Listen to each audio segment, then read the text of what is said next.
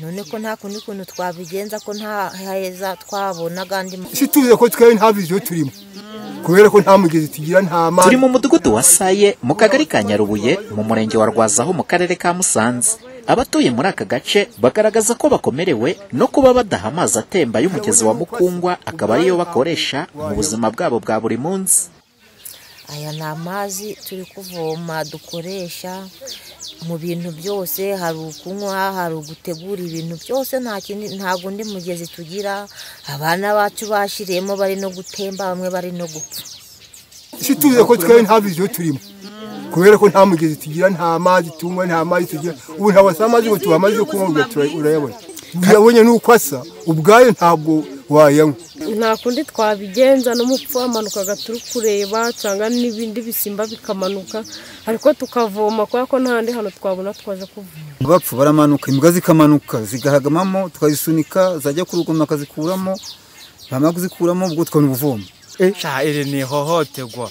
Ingaruka zo kuba batuye Nyarubuye muri uyu murenge wa Rwaza batagerwaho n'amazi meza, ngo hari bamwe barohama muri uyu mugezi wa Mukungwa bagerageza kudahama amazi. Twese rero hano rero byatuyobeye hano, niba turi mu Rwanda amaze kuramo abantu hano bagira nko kuri 15 bari bamanuka buri kanya abakuramo yapfa kurugomera. Nta kintu hani mari tunywa ni Mukungwa y'ingiye. Ibyeshenye abantu bagwamo bo ntabwo umuntu yabara, ntabwo umuntu yabara kuko hari abatambuka bakamanuka bagakurirwa kuri Mukungwa hepfo hariya, ariko bapfuye hakama bavamo babakuyemo. Iyo haranka abantu hano bahashungereye hagiye umwana ugwamo bamukuramo, yaba ntawo hari akagenda bitewe n'iki no kuba ibyo kubera ko kuvuga ngo hari viziyo biterwa nuko situze ko twaye nta viziyo turimo kubera ko nta mugezi tugira, nta mazi tunywa, nta mazi tugira. Ubu nta wasa amazi ngo tubamaze kunywa.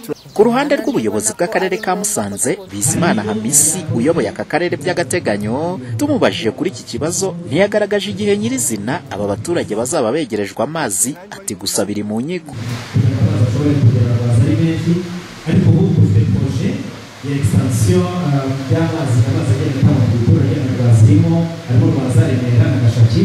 Turi twatangiye Gatanga aho bita muri Munini, bituma ubuyobozi bufite kilometero 15 faze ya mbere, hazakomeza faze ya kabiri izatwara around 1.8 billion. Nubwo nta gihe ntarengwa uyu muyobozi w'akarere ka Musanze yatanze kuri iki kibazo cy'aba baturage, niko aba baturage bakomeje kuvoma aya mazi y'umugezi wa Mukungwa ariyo bakoresha mu buzima bwabo bwa buri munsi, ariko adasiba kubatera ingaruka cyane cyane ziterwa no gukoresha amazi mabi. Umuhoza Honore, Flash TV, mu karere ka Musanze mu majyaruguru y'u Rwanda.